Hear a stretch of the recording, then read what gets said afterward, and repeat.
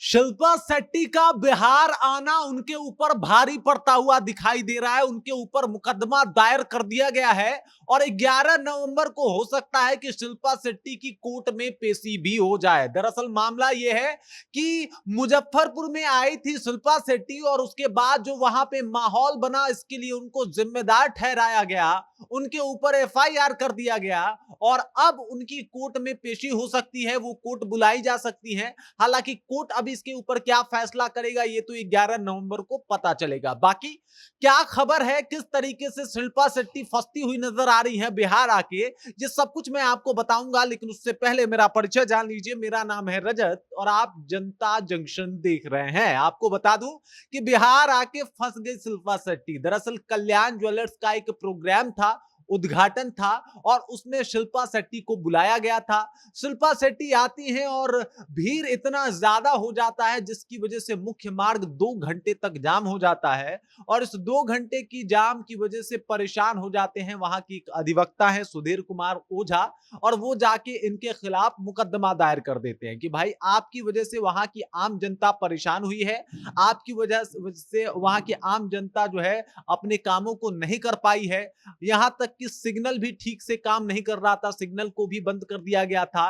इसके ऊपर डीएम साहब को भी कहीं ना कहीं उनको भी मुदाला बनाया गया है, उनके ऊपर भी एफआईआर कर दिया गया है। कल्याण ज्वेलर्स के ऑनर के ऊपर भी एफआईआर जो है वो दर्ज करा दिया गया है और एक और है जो ज्वेलर्स के ही वो भी दुकानदार हैं, उनके ऊपर भी एफआईआर करा दिया गया है। मतलब 4 लोगों के ऊपर एफआईआर किया है ओझा जी ने और कह दिया है कि इन लोगों की वजह से 2 घंटे तक मुजफ्फरपुर का मुख्य मार्ग जो है वो बाधित रहा, लोग परेशान रहे, आम जनता की समस्या जो है वो लगातार बढ़ रही थी, लेकिन वहां पे कोई उनको सुनने वाला नहीं था।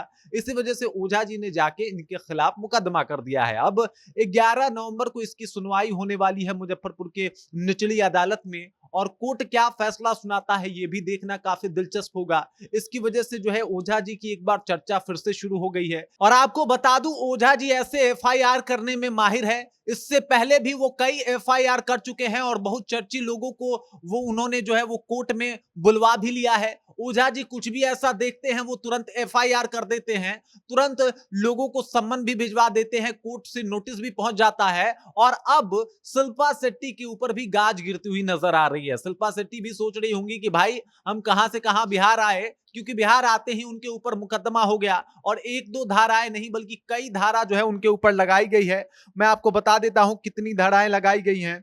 223 लगाया गया है, 189 6 लगाया गया है, 189 7, 190, 191 1, 61 1, 198, 199 बीसी, 272 और 280 के तहत जो है वो इन लोगों के ऊपर मुकदमा दर्ज कराया गया है, जिसमें डीएम साहब भी फंस रहे हैं। कल्याण ज्वेलर्स के जो ऑनर हैं वो उनके ऊपर भी गाज गिरती हुई नजर आ रही है और एक बार फिर से इस मुकदमे की, इस केस की चर्चा जो है वो पूरे बिहार में हो रही है कि शिल्पा शेट्टी जी यहाँ पे आई और शिल्पा शेट्टी जी फंस गई। अब शिल्पा शेट्टी को हो सकता है कि कोर्ट अगर सम्मन भेजे तो उन्हें कोर्ट में आना पड़े, एक बार फिर से मुजफ्फरपुर के कोर्ट में आना पड़े और यहाँ पे आके उनको अपने पक्ष में सफाई देना पड़े।